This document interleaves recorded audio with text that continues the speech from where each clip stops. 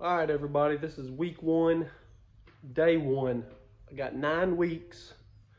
We're prepping to break the axle clean and press world record for natural tested strongman under 231 pounds.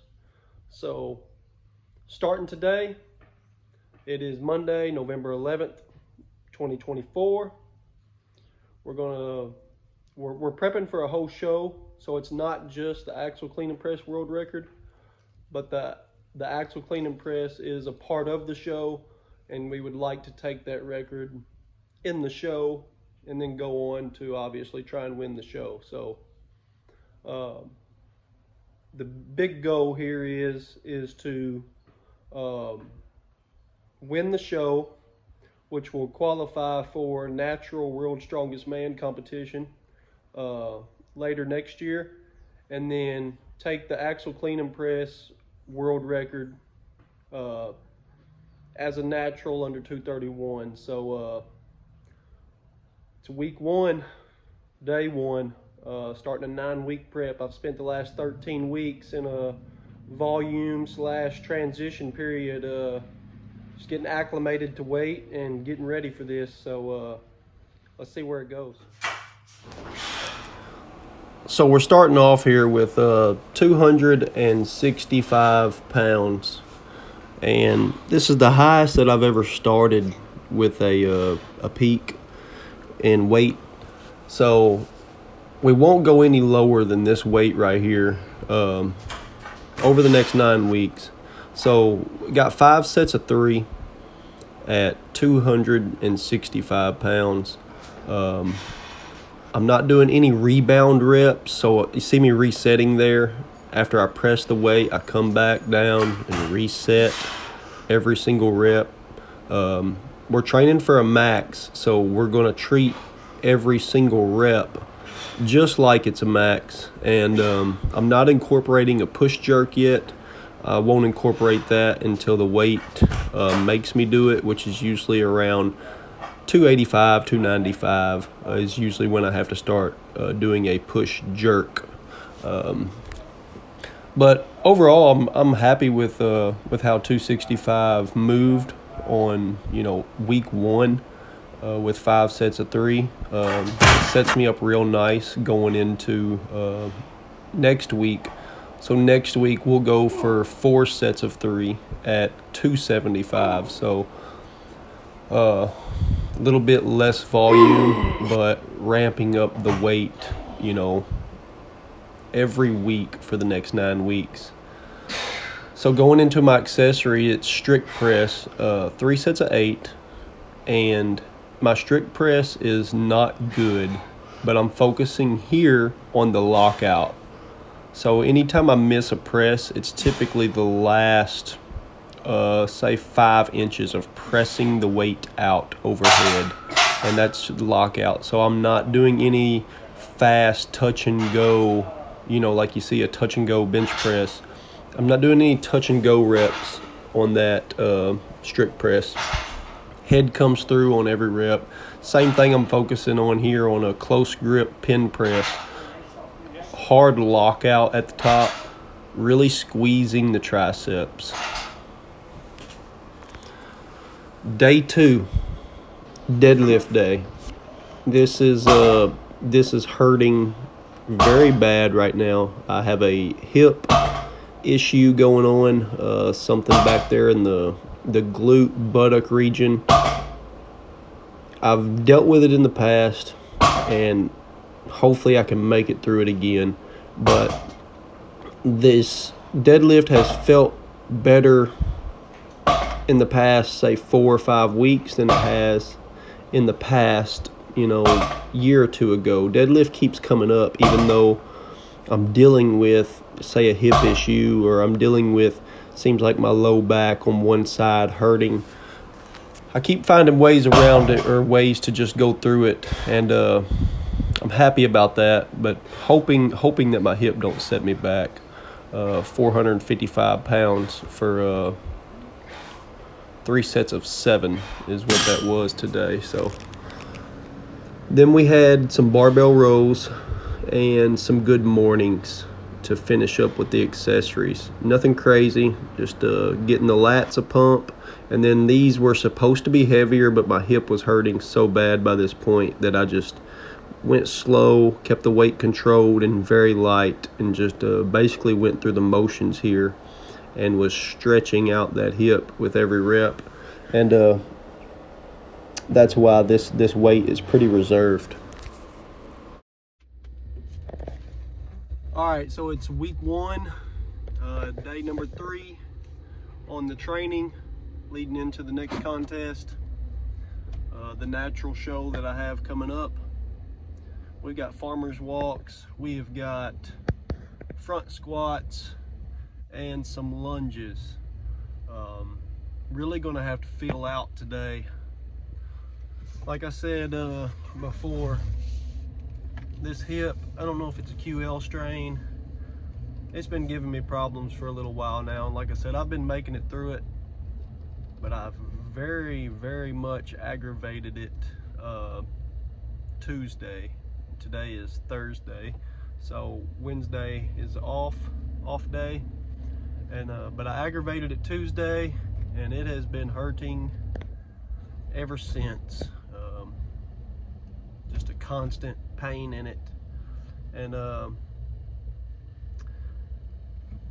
I hate to bring it up, but it is what it is. I've dealt with it before. I've made it through it before. It has immobilized me in the past for a couple of weeks and taken me down. You know, it has technically locked up on me before, and that's a terrible feeling. Makes it very hard to walk. So I'm gonna feel out today, gonna ease into some front squats, try to warm up decent, and get into the farmers walks.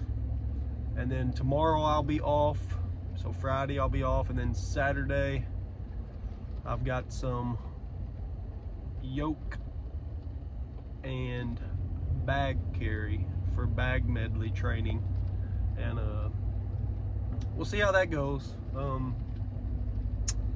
I'm optimistic. I don't come off as optimistic when it comes to these kind of things, but I'm optimistic because, like I said, I have been through these training cycles. I have been through the ups and downs of niggles and injuries. I have competed with this going on before, so it's not my first rodeo with it. It just sucks, especially as you're leading into a contest, and especially as you're trying to start your peak, and you're wanting to, you know, nail everything good and perfect and go into your next contest, you know, at your best, but you've got something that's hindering you from training, you know, at your absolute best. So it just sucks when that's going on. But to be honest with you, it always seems like there is something. I'm not the only one. Everybody deals with something in weightlifting, in strongman, in this sport to some degree. It's the nature of the beast. I mean, you drive your car, it's got to have oil changes, and you work your body over and over again like people who train strongman do. You know, it starts to wear down and break down, and people who train strongman and weightlift, we're not the smartest. We don't take the time off maybe like we should. Don't have the money to spend, you know, on all the chiropractic work, you know, week in and week out. So we go sometimes, and then a lot of times we don't and get the body work like we should. So just gonna keep chugging along. Optimistic about everything, you know, going into the contest. Just trying to stay healthy, because if I can get there healthy, I believe I can put out a good result. So stay tuned. We're going to do some farmers walks, front squats, and some lunges.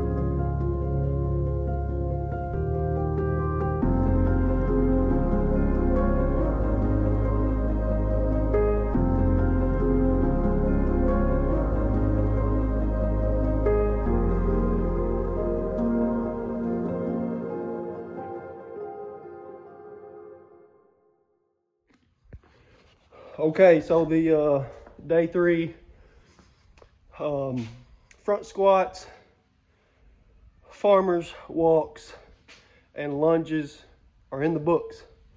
This is where you ought to do this all the time, but I pray. I pray. I'm a believer in Jesus Christ, and I thank the Lord for every day that I get, be it what I call a good day or a bad day. And to be honest with you, I don't refer to days as being bad. I think any day you wake up, it's a blessing. But I was thanking the Lord this whole workout. You know, I'm warming up, getting into my sets.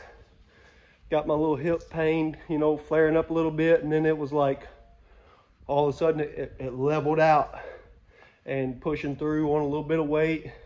Felt fine. It's gonna be sore later, but getting warmed up, going through this workout, didn't give me any trouble, not near like it did when I got into my second set of deadlifts on Tuesday.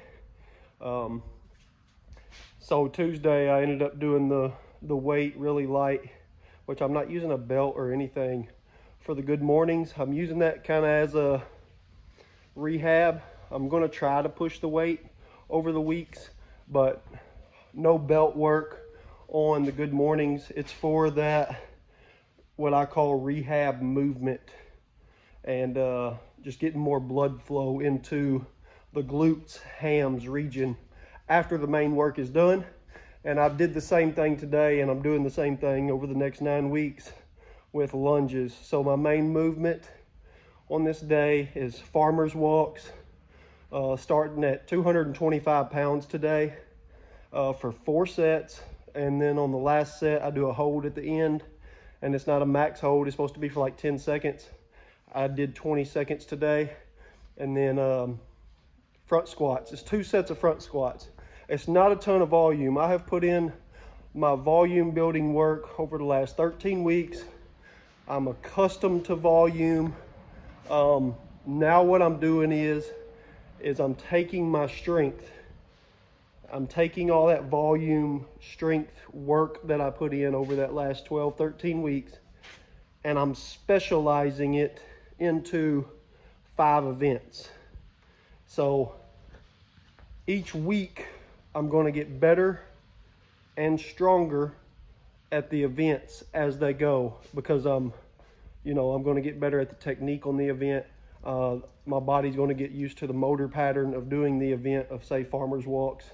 But I'm not putting in 30 sets of, a leg day on this 9-week peak.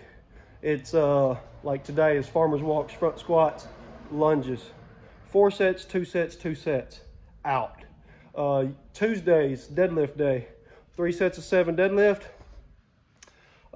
3 sets of 8 good mornings, 3 sets of 8 bent over rows, out. So I got a deadlift for reps. I'm just focusing on getting the deadlift for reps better over the next 9 weeks. I'm just going to be focusing on getting the fastest farmer's walk I can get over the next 9 weeks. This last 9 weeks, and a lot of people do this a little different than me, they keep volumizing up till the last 4 weeks. When it gets into 8 weeks, I'm specializing events, because you see way more progress. I see way more progress on dialing in the specifics of an event than I do trying to gain the fraction of strength that I can in the last 8 weeks of build up to a comp. My strength is built over that off-season period. Now I'm dialing in the events and going to make the events be as proficient at them as I possibly can. And that's what's worked for me in the past.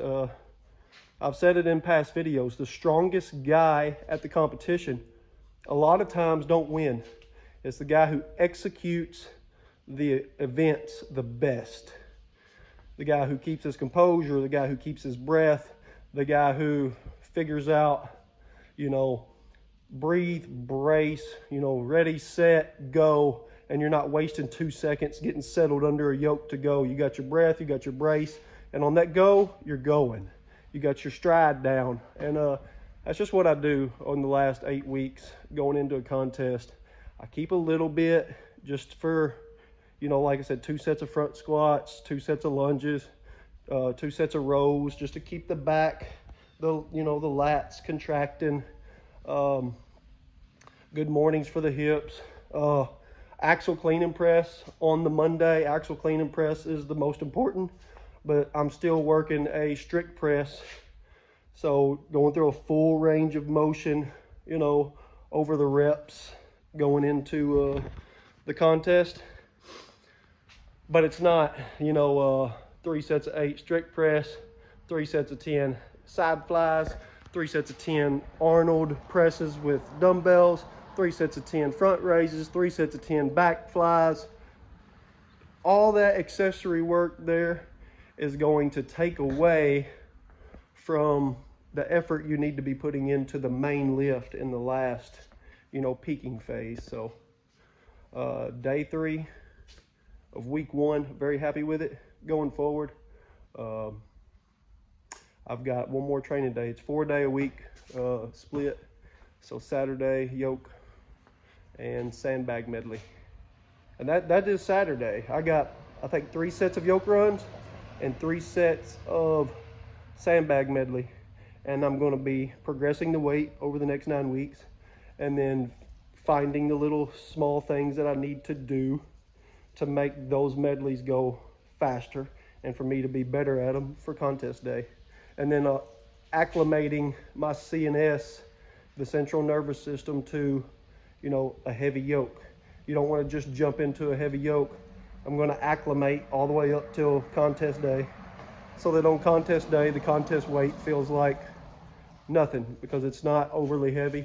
It's pretty standard for a middleweight contest. So that's it.